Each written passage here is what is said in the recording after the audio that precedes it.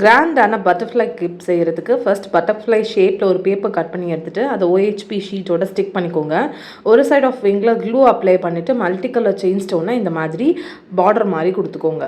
அதே மாதிரி இன்னொரு சைடும் கொடுத்துட்டு சென்டரில் கொஞ்சமாக க்ளூ அப்ளை பண்ணிவிட்டு அதில் வந்து ஹாஃப் பேர்ல் வந்து ஒட்டிக்க போகிறோம். இந்த மாதிரி ஃபுல்லாக ஒட்டினதுக்கப்புறமா விங்ஸ் ரெண்டுத்துலேயுமே ஹாஃப் பேர்லை ஸ்டிக் பண்ணிக்கோங்க. பேர்லில் ஏதாவது கேப் இருந்தால் வேறு ஏதாவது ஸ்டோன் கூட ஸ்டிக் பண்ணிக்கலாம், பார்க்குறதுக்கு நல்லாயிருக்கும். நான் இந்த மாதிரி பண்ணியிருக்கேன். அண்ட் இப்போ வந்து நல்லா காஞ்சதுக்கப்புறமா அவுட்டர் வந்து கட் பண்ணிக்கோங்க. நான் இப்போ மெட்டல் ஒயரில் ஒரு பேர்லை வந்து போட்டுட்டு இந்த மாதிரி நல்லா டைட்டாக வந்து செக்யூர் பண்ணியிருக்கேன்.